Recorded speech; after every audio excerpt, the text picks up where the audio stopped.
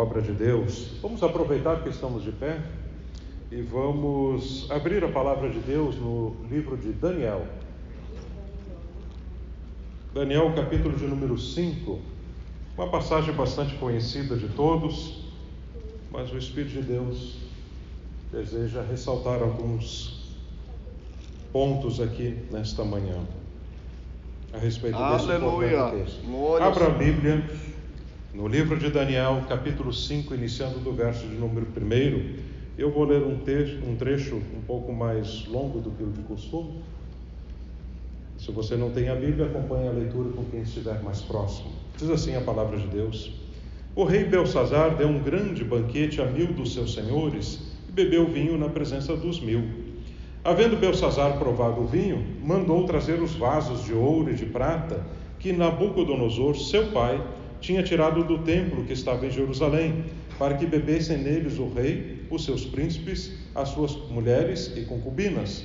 Então trouxeram os vasos de ouro que foram tirados do templo da casa de Deus, que estava em Jerusalém, e beberam neles o rei, os seus príncipes, as suas mulheres e concubinas. Beberam vinho e deram louvores aos deuses de ouro, de prata, de bronze, de ferro, de madeira e de pedra. Na mesma hora apareceram os dedos de mão de homem, e escreviam defronte do castiçal, na caiadura da parede do palácio real, e o rei via a parte da mão que estava escrevendo. Mudou-se então o semblante do rei, e os seus pensamentos o turbaram.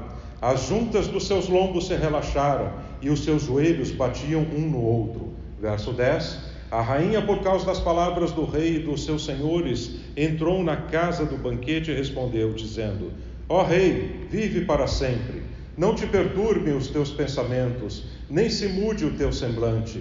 Há no teu reino um homem, no qual há o Espírito dos deuses santos, e nos dias de teu pai se achou nele luz, e inteligência, e sabedoria, como a sabedoria dos deuses. E teu pai, o rei Nabucodonosor, sim, teu pai, ó rei, o constituiu mestre dos magos, dos astrólogos, dos caldeus e dos adivinhadores. Verso 17. Então respondeu Daniel e disse na presença do rei: As tuas dádivas fiquem contigo, e dá os teus prêmios a outro. Contudo, lerei ao rei o escrito e far-lhe saber a interpretação. Ó rei, Deus o Altíssimo deu a Nabucodonosor, teu pai, o reino, a grandeza e a glória e a majestade. E por causa da grandeza que lhe deu, todos os povos, nações e línguas tremiam e temiam diante dele. A quem queria matava, e a quem queria conservava em vida, e a quem queria engrandecia, e a quem queria abatia. Mas quando o seu coração se exaltou e seu espírito se endureceu em soberba, foi derrubado do seu trono real, e passou dele a sua glória. E foi tirado dentre os filhos dos homens, e o seu coração foi feito semelhante ao dos animais, e a sua morada foi com os jumentos monteses. Fizeram-no comer a erva como os bois, e do orvalho do céu foi molhado o seu corpo, até que conheceu que Deus, o Altíssimo, tem domínio sobre o reino dos homens, e a quem quer constitui sobre ele.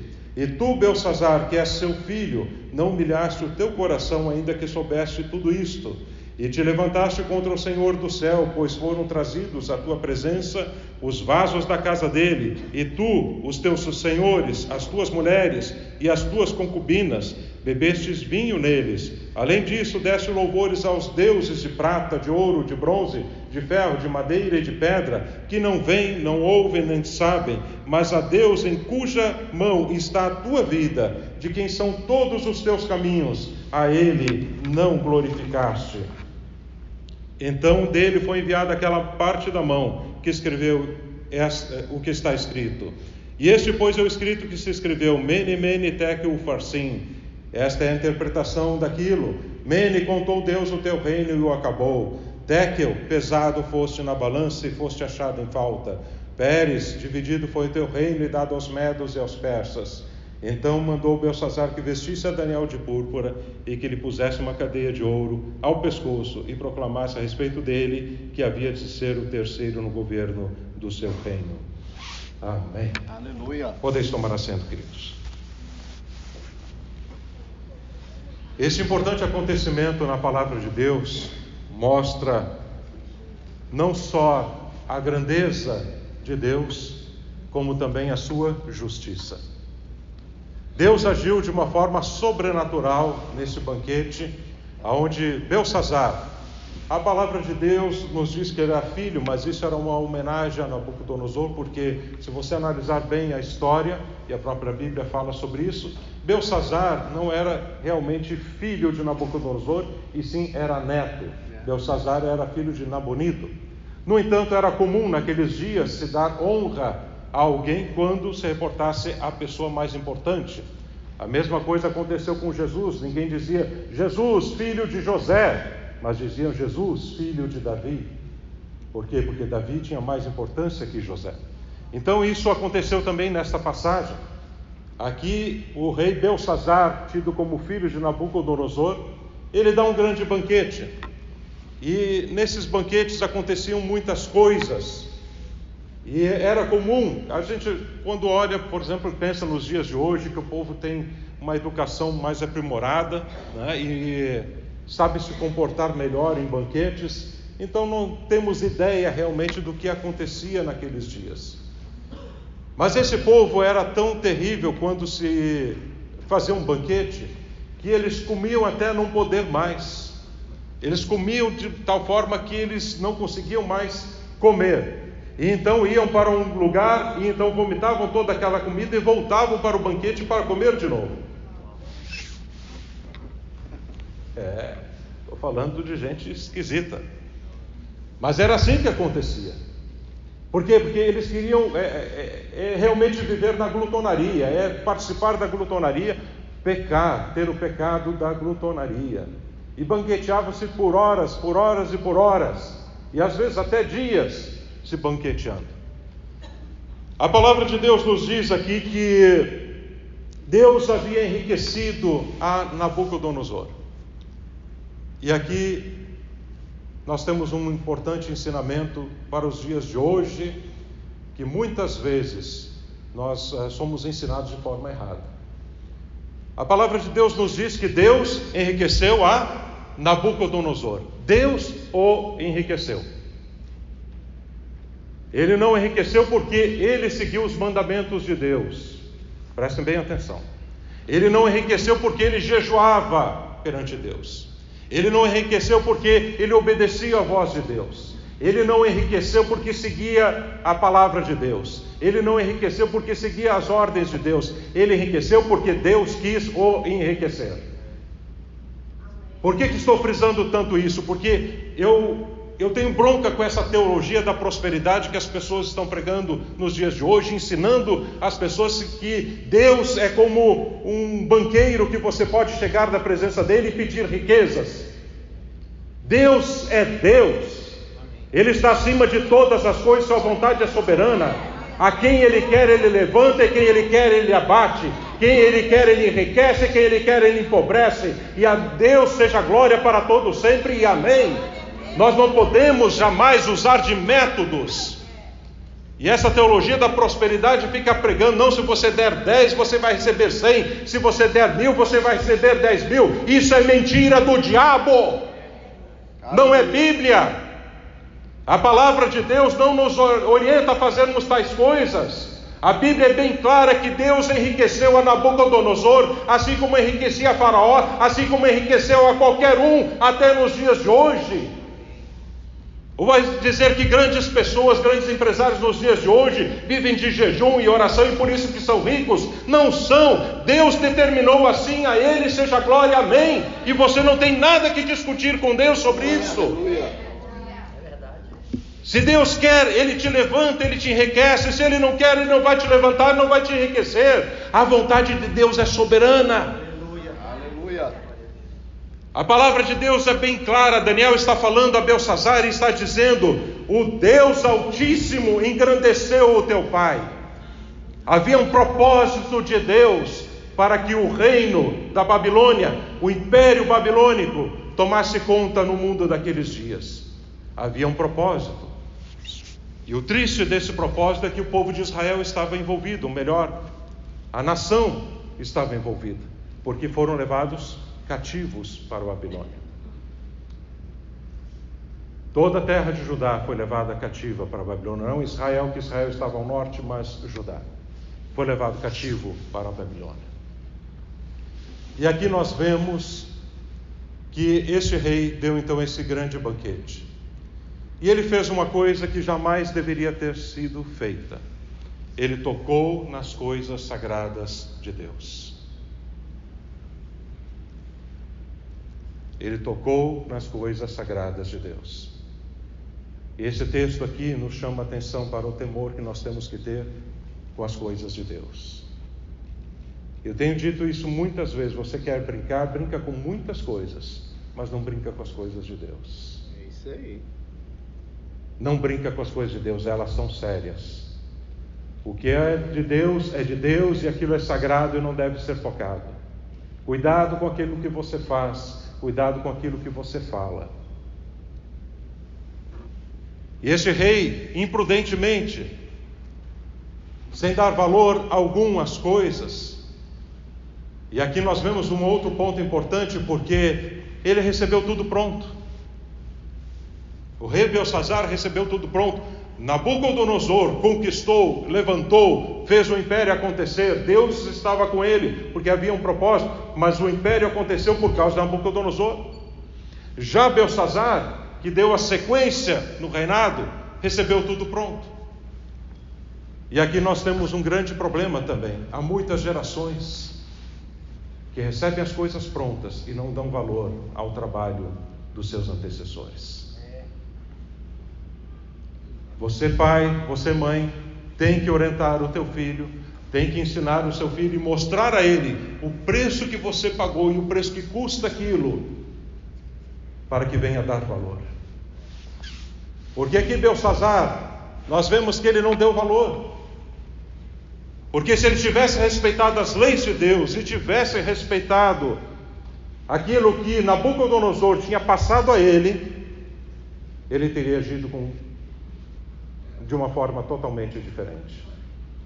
A palavra de Deus nos diz que ele trouxe todos os utensílios, as taças, os utensílios que estavam guardados em um depósito e que foram trazidos do templo quando eles conquistaram Jerusalém.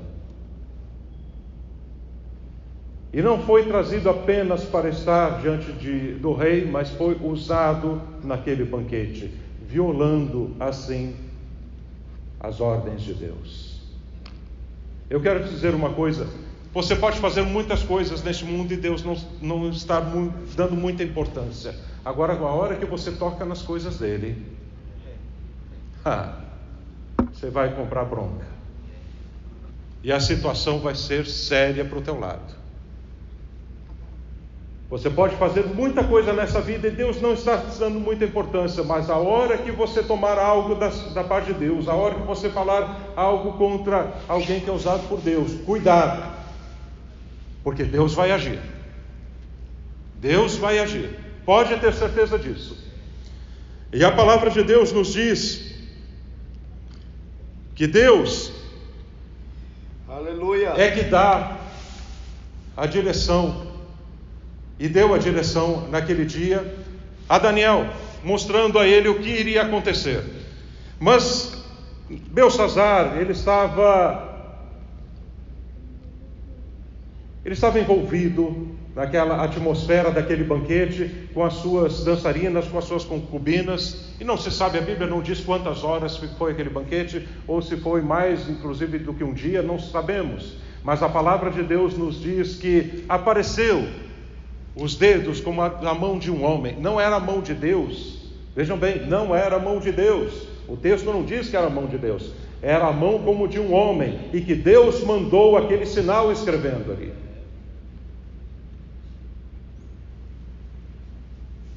Você já imaginou estar naquela cena? Você já imaginou estar em uma cena assim? Eu quero que você, por um instante, viaje no tempo e tente entrar naquele palácio, nesse momento, na sala do banquete onde isso está acontecendo. Eles estão ali festejando, há dançarinas, há concubinas, há muitos servos e há muitos senhores que estão ali, há muitos convidados. Eles estão na maior festa, contando várias histórias e falando coisas engraçadas, outras talvez não tanto, mas estão festejando. E no meio daquilo tudo, aparecem os dedos escrevendo, dedos sobrenaturais. Você já imaginou uma coisa dessas? Você está numa grande festa de um casamento e você está ali intertido, está vendo a música, está vendo os noivos, está vendo os convidados, e é tudo festa, e tem doce, tem bolo, e tem isso, e tem mais aquilo, e aquela festa, aquela ornamentação, aquele banquete, e de repente começa a aparecer algo sobrenatural escrevendo na parede.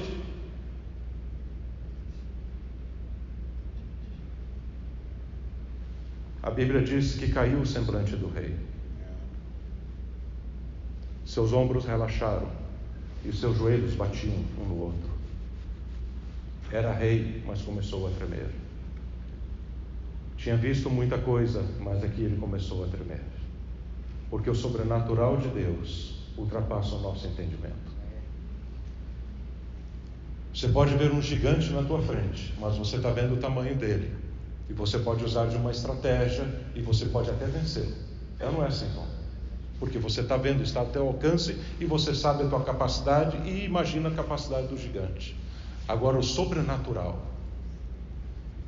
é algo que você não conhece, você não consegue medir e está além das tuas forças, muito além das tuas forças. Aquele rei começou a tremer porque ele sabia que aquilo não era algo deste mundo. Ele provavelmente tinha estudado muito a respeito dos deuses, já tinha ouvido falar muito a respeito de Marduk, que era o deus que eles adoravam naqueles dias, era o Deus poderoso, mas ele não sabia o que iria fazer numa situação como essa. E aqui a palavra de Deus nos fala que a rainha então chega, chamada pelo rei, e ela diz o seguinte: há no teu reino um homem. E eu quero focar esta mensagem nestas poucas palavras. Há no teu reino um homem. Há no teu reino um homem. E vamos ver a importância do tempo, a importância do lugar e a importância de um homem de Deus. Aleluia. A importância Aleluia. do tempo, Aleluia. A importância do lugar e a importância de um homem de Aleluia. Deus. A palavra de Deus nos diz há. É um termo presente, é um verbo que está trazendo a conotação do presente. Há, não é que houve no teu reino homem, haverá no teu reino homem, mas ela disse há no teu reino um homem. O presente, o tempo presente. Deixe-me dizer uma coisa, vamos falar um pouco rapidamente aqui sobre a questão de eternidade e o nosso tempo cronos em relação ao kairos de Deus. Você está nesta terra, que terra feia, né? Mas vamos fazer de conta que isso aqui é a terra. Deus está aqui, a terra está girando, mas Ele está parado. Você está me entendendo? A sua vida está girando, o tempo está passando, mas Ele está parado, porque Ele não é homem. Ele não está sujeito ao processo de envelhecimento como nós estamos. Ele sempre foi, sempre é e sempre será. Aleluia! Aleluia. Vocês estão me entendendo? Aleluia. O mundo está girando, mas Deus está no controle e Ele só olha. Glória a Deus. Ora, machada. Oh, aleluia. Se você conseguir entender isso, a sua vida vai mudar esta manhã. Porque a palavra de Deus nos diz em Eclesiastes 3 que há tempo. Não haverá tempo, não houve tempo, mas há tempo para todo o propósito debaixo do céu. Eu quero te dizer uma coisa: a luta que você está passando, ela tem um tempo para terminar. A bênção que você está vivendo também tem um tempo que vai findar sobre a face da terra. O momento de prosperidade, ele chega um momento que para. O momento de você buscá-la, tem um momento que termina. Há um tempo para todas as coisas acontecerem debaixo do céu. Há um tempo.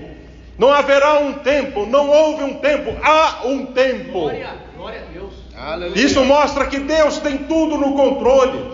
Todas as coisas que acontecem nesse mundo estão no controle de Deus. Há um tempo que estas coisas acontecem.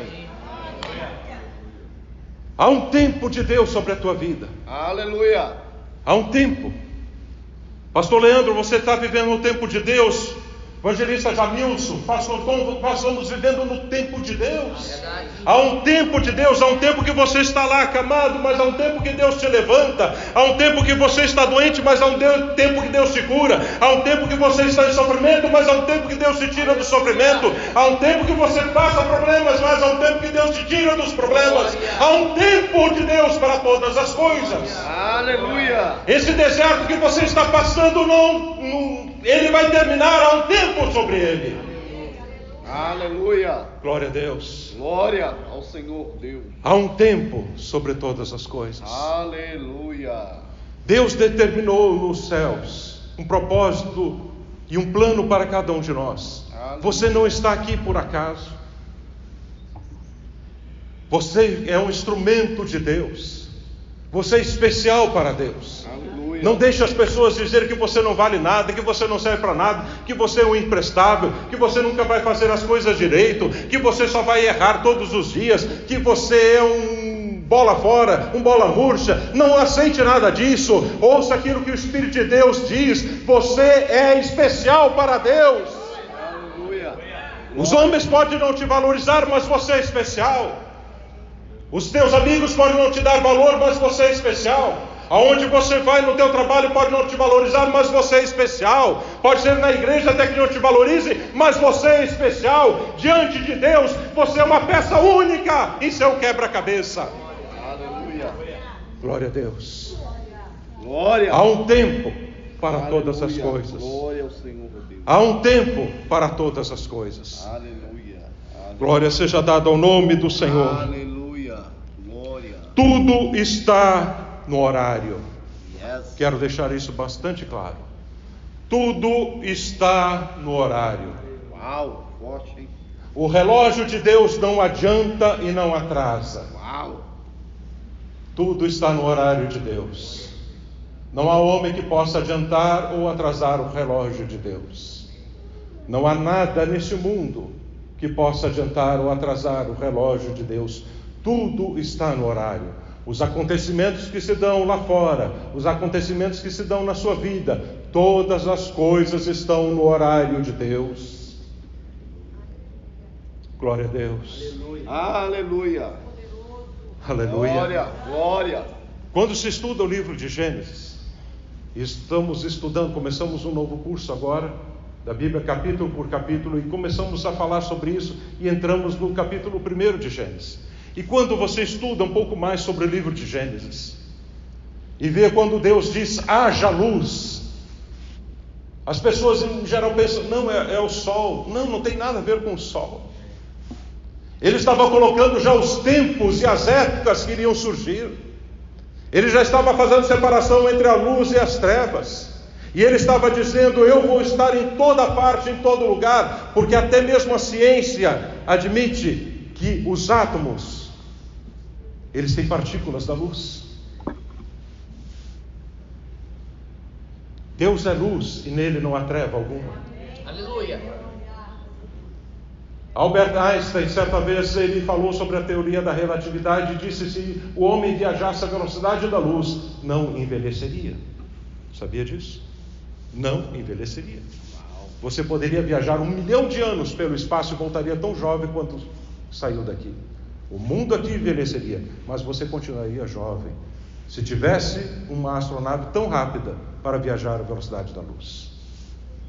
Deus é luz.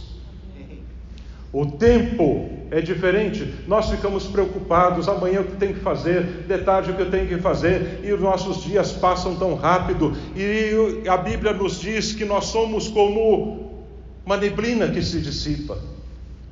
A vida do homem, ela passa muito rápido. Ontem você nasceu e estava chorando no colo do seu pai e da sua mãe. Hoje você é um homem adulto, uma mulher adulta. O tempo está passando, mas dentro do relógio de Deus, lembre-se, tudo está no horário. Tudo está no horário. Aleluia! Você pode se preocupar o que tem que fazer amanhã, mas Deus já sabe o que você vai fazer amanhã. Verdade. Você pode se preocupar com as coisas que estão por vir daqui a 5 anos, 10 anos, mas Deus está dizendo, olha para o meu relógio. Aleluia.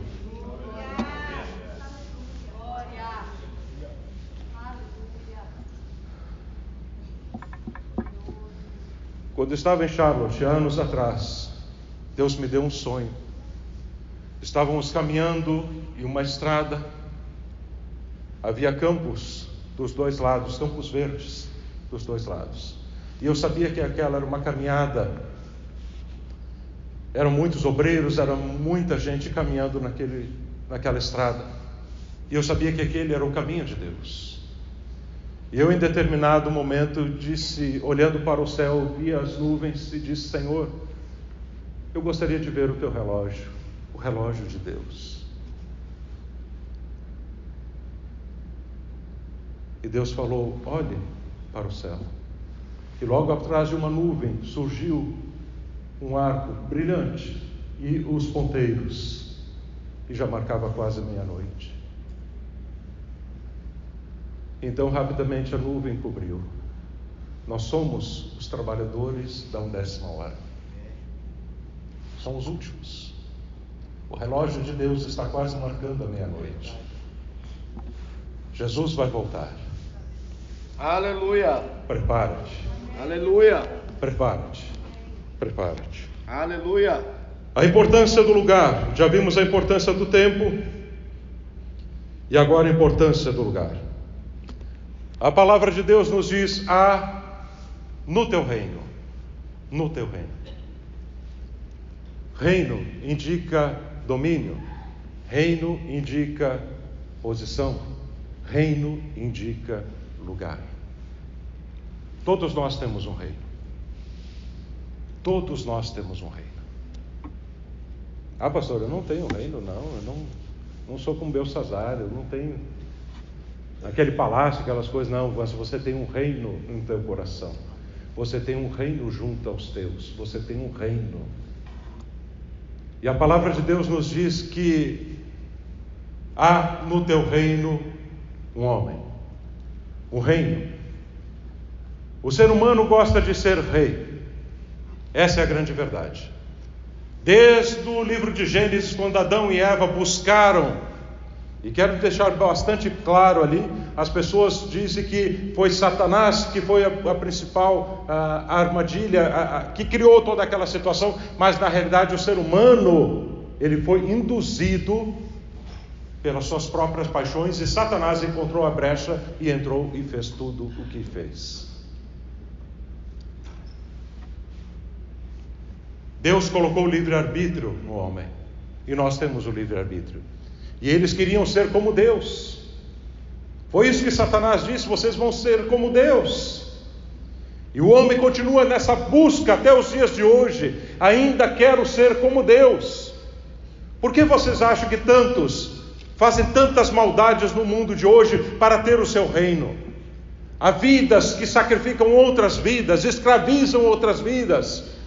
Não literalmente arrastando correntes, ou porque estão presas ou sendo açoitadas, mas escravizam psicologicamente, escravizam financeiramente, escravizam com excesso de trabalho, tornando-as escravas para construir o seu reino. E a maior parte da humanidade está escrava de homens que querem ter o seu próprio reino.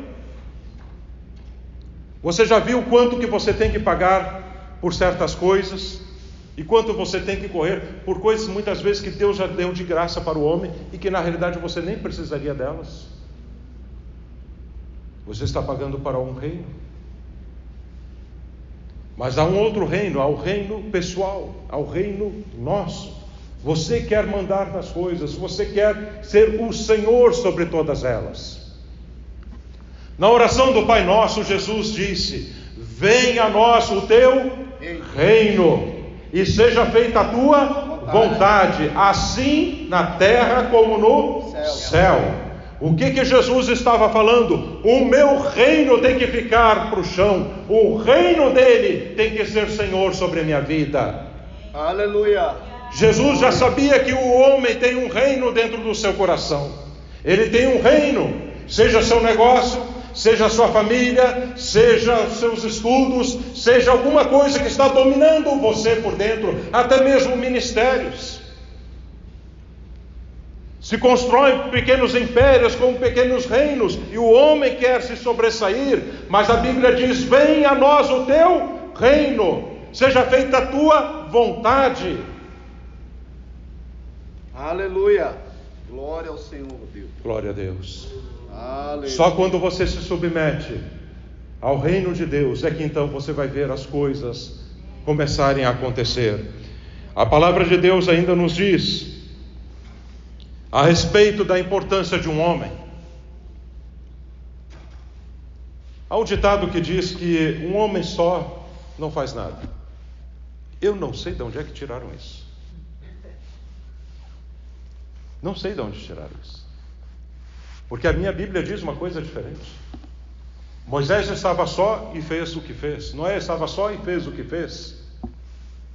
Davi estava só e fez o que fez. Um homem pode sim e faz muita diferença. Ah, mas você não pode fazer nada porque você precisa de ajuda. Meu querido, antes de tudo você precisa de ajuda somente de Deus. Se Deus estiver ao teu lado, Ele levanta pessoas, Ele traz pessoas, Ele ajuda, faz com que as pessoas te ajudem, aí as coisas acontecem. Mas tudo quanto Deus precisa é de um homem. Precisa de uma mulher, Ele só precisa de alguém que esteja disposto a obedecer a sua vontade e fazer exatamente aquilo que Ele quer. Deus nunca chamou uma junta de pessoas. Prestem bem atenção nisso. Em toda a palavra de Deus, Deus nunca chamou um grupo. Ele sempre chamou uma pessoa, sempre chamou um líder, sempre chamou alguém que Ele quisesse que se destacasse. Sempre foi assim. Mas tem uns ensinamentos absurdos nos dias de hoje que parece que querem distorcer a palavra de Deus. Tiram a fé das pessoas, fazem-nas não acreditar mais nem naquilo que Deus está prometendo para elas. Deus está falando: eu vou te usar. Não, Senhor, Deus, tu não pode me usar porque tem que levantar mais gente, eu sou muito fraquinho.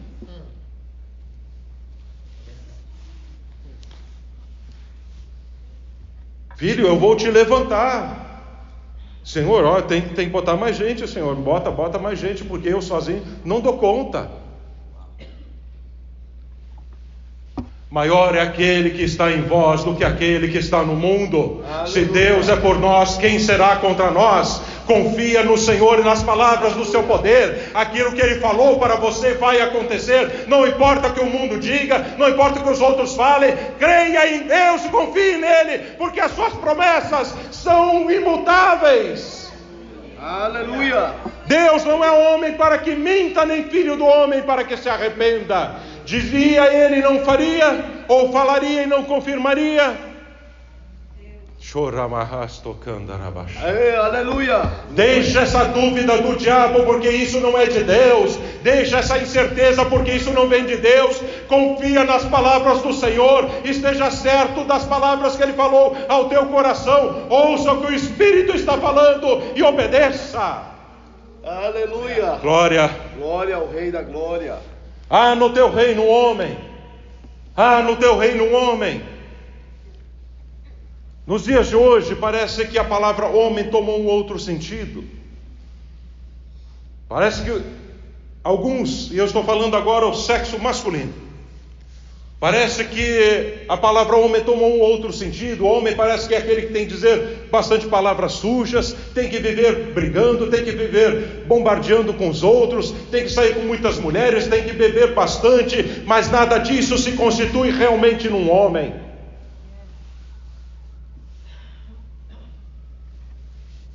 O homem, de acordo com a palavra de Deus, antes de tudo, ele tem de ter fé no seu Deus, confiar nas palavras do seu Senhor, saber que Ele é Deus sobre todas as coisas, E ele tem de ter um posicionamento, dizer: eu e a minha casa serviremos ao Senhor. Aleluia. Eu não sei quanto aos outros, mas ele tem que ter um posicionamento sobre as coisas. Eu me lembro quando eu tinha 19 anos de idade, me aconteceu uma coisa que eu nunca mais esqueci, porque não foi de mim, mas foi o Espírito de Deus que colocou aquilo naquele momento. E eu guardei aquilo para o resto da minha vida. Porque eu estava saindo para pregar, estava saindo do meu trabalho, ia tomar o ônibus, tinha que ministrar em uma determinada congregação lá na cidade. Então, eu estava saindo, e as piores pessoas que muitas vezes se aproximam de você e querem estragar você, sabe quem é? Não são os ímpios, mas são os desviados. Desviado é uma tragédia. Ele não só está ruim, como quer levar outro com ele. É sério. E tinha um desviado que trabalhava lá na empresa onde eu trabalhava. E eu estou ali, saindo do trabalho, peguei a minha Bíblia, nunca me envergonhei da palavra de Deus. Ele sabia que eu ministrava. E eu estou indo para tomar o ônibus. E eu me encontro com ele, indo também, em direção ao ônibus. Ele disse: onde é que você está indo? Aí eu disse: eu vou pregar em tal igreja hoje. Aí ele disse assim: rapaz, aqui ó, abre essa sacola, eu vou abrir a sacola aqui. Ele está com uma sacola, bota a Bíblia aqui, tá? Vem comigo, eu estou aí com umas amigas aí, a gente vai fazer uma festa hoje. Larga isso. Aí eu disse para ele: não vou fazer isso. Deus me chamou para pregar e eu vou pregar a palavra de Deus. Eu não vou me envolver com isso. Aí ele disse assim: você quer saber, ô Jefferson? Disse assim para mim, olhando bem na minha cara, ele disse assim para mim: você sabe de uma coisa? Você não sabe o que está perdendo. Você é um bobo, você não sabe o que está perdendo. E aquilo o Espírito Santo agitou dentro de mim as palavras que eu vou dizer agora. Eu tomei a Bíblia, olhei para ele e disse assim: você tem razão, eu não sei o que eu estou perdendo, mas uma coisa eu sei que eu estou ganhando. Aleluia. Aleluia. Você é especial para Deus. Aleluia. Você é especial para Deus. Não deixa o mundo dizer que você não serve para nada, porque você é especial para Deus. Dentro dos planos de Deus, você é uma peça única para as coisas de Deus acontecerem. Aleluia. Escute bem o que eu vou dizer aqui nesta manhã. E falo pela autoridade do Espírito Santo, porque o Espírito de Deus está falando aqui no meu coração muito forte. Aleluia. Você tem uma vida única para ser a diferença sobre a face desta terra. Deus levantou Albert Einstein, Deus levantou Henry Ford, Deus levantou grandes homens no passado e Deus os constituiu. Nunca mais houve homens como eles. Abraham Lincoln, como é citado aqui como um dos grandes presidentes desta nação, nunca mais houve homens como eles. Eram peças únicas.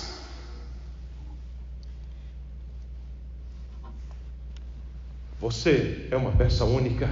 Glória a Deus. Aleluia. Você é uma peça única. Aleluia. Você não é mais um produto só que vive aí disponível no mercado. Não, você é um único elemento moral livre. Um homem e uma mulher, qual Deus capacitou para fazer a sua obra, para fazer a sua vontade nesses últimos dias. Glória a Deus. Glória seja dada ao nome do Senhor. Segundo ponto a respeito ainda, falando sobre o homem: não se venda. Não se venda. Daniel disse: os teus presentes fiquem para ti, ó rei. Os teus presentes fiquem para ti, ó rei. Tenha princípios. Obedeça aquilo que Deus quer. E não se venda, não venda os seus princípios. Não venda o seu direcionamento, não venda a sua chamada, não venda a sua salvação, não venda seu compromisso com Deus, não venda por nada deste mundo. Glória seja dada ao nome do Senhor. Aleluia. Louvado seja o nome de Jesus. E a palavra de Deus nos diz, e eu preciso adiantar aqui porque as horas já estão bastante adiantadas. A Bíblia diz que apareceram então aquelas palavras na parede. Mene, mene, tekel, ufarsim, ou em outras traduções também consta como Pérez, como nós lemos ali, que é o plural de ufarsim. Não houve nenhuma dificuldade na tradução, apenas é a interpretação nossa. Deus escreveu através daquela mão que apareceu, a mão de um homem, mene, mene, tekel, ufarsim. Contou Deus o teu reino, pesado fosse na balança, e o Senhor deu cabo dele. Contou Deus o teu reino, pesado fosse na balança, e Deus fez com que o seu reino fosse dividido, deu cabo dele. Nós falamos agora há pouco sobre no teu reino, falamos sobre reino. Deus pesa as nossas atitudes. Abra a Bíblia em 1 Samuel, rapidamente. 1 Samuel capítulo 2, verso 3. Para que não fique apenas a minha palavra, eu quero que você leia esse texto comigo. 1 Samuel capítulo 2, verso 3. Não multipliqueis palavras de orgulho, nem saiam coisas arrogantes da vossa boca, porque o Senhor é o Deus da sabedoria e pesa todos os feitos na balança. Deus pesa todos os feitos na balança. Nesta manhã você está na balança de Deus. E Deus está pesando você. Antigamente, hoje em dia, os jovens, os adolescentes, as pessoas mais novas, elas não lembram mais disso. Mas antigamente tinha aquelas balanças onde botava o peso. Lembra disso, Tom? Te envelheceu alguns anos agora. Lembra disso? Quem lembra disso? Tem bastante gente que lembra disso. Não quis levantar muito, né, pastor? Mas colocava-se o peso de um lado e então o alimento que estava comprando do outro lado. Havia no meio daquela balança uma agulha chamada fiel. Era o ponto que ela tinha que ficar exatamente no meio, marcando a ponta da agulha com a marcação que havia naquela haste que sustentava os dois pesos. É assim que funcionava. Eram colocados os pesos, queria 1 quilo, então colocava um peso de 1 quilo, então colocava o alimento ou outra coisa do outro lado, até que chegasse aquele nível, então a balança ficava alinhada, e então sabia-se que tinha chegado a 1 quilo. Deus pesou naquele dia as atitudes, os feitos, os pensamentos de Belsassar. E começou a pesá-los. E a palavra de Deus diz que contou Deus o teu reino. Contou Deus o teu reino por 2 vezes.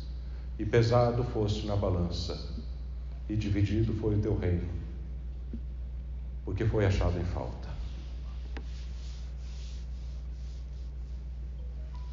E a Bíblia nos conta que os medos e os persas tomaram conta do Império Babilônico, aquele império que jamais era para ser destruído. Mas eles encontraram um caminho semelhante ao aqueduto de nível superior, o qual Davi uma vez conseguiu entrar em Jebus. Aqui eles usaram uma estratégia similar, porque Babilônia tinha muitos aquedutos entrando para dentro do palácio, mas havia um que entrava exatamente para dentro da sala do trono, onde irrigava aqueles jardins, irrigava todos os lugares que eles precisavam de água ali. E eles então secaram um dos rios, um desses aquedutos, melhor dizendo, do lado de fora, e fizeram com que desviasse o curso do rio para o outro lado. E então, com aquilo que estava seco, eles entraram engatinhando para dentro do palácio. No mesmo trecho onde antes passavam as águas, agora entrou o exército dos medos e dos persas e tomou conta da Babilônia. Mas Deus pesou e fez com que isso caísse. Na balança de Deus, nós somos pesados constantemente.